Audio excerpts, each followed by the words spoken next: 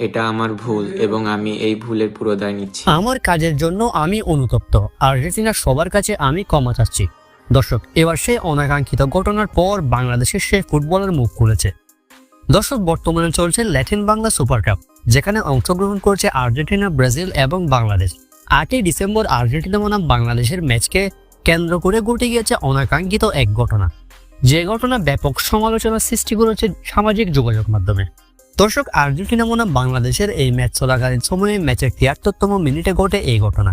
এ সময় বাংলাদেশের ফুটবলার রিয়াদ আর্জেন্টিনার এক ফুটবলারকে প্রথমে লাথি মারেন, এরপর উঠের সুযোগ বুঝে একটা ঘুষিও মেরে দেন আর্জেন্টাইন এই ফুটবলারকে। এই ঘটনা দেখে রীতিমতো হতভম্ব হয়ে যায় দর্শকরা, কেননা আর্জেন্টিনা এই দেশে অতিথি হিসেবে এসেছে। যতই হোক, লিওনেল মেসির উত্তরসূরি বলে কথা, তাদের সাথে এমন আচরণ মেনে নিতে পারেনি কেউই। আর সেই কারণে বাংলাদেশের সেই ফুটবলার শিকার হয়েছেন তীব্র সমালোচনার। সামাজিক যোগাযোগ মাধ্যমে তাকে তীব্র সমালোচনা করছে ফুটবল ভক্তরা। তবে বাংলাদেশের সেই ফুটবলার এবার মুখ খুলেছে।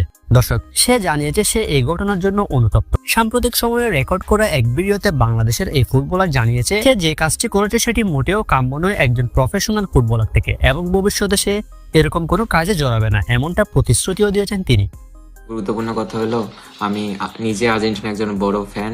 এবং বাংলাদেশের এই ফুটবলার জানিয়েছে আর্জেন্টিনা এবং আর্জেন্টিনার সকল খেলোয়াড়দের প্রতি তিনি ক্ষমা প্রার্থী, অর্থাৎ ক্ষমা চেয়েছেন বাংলাদেশের এই ফুটবলার।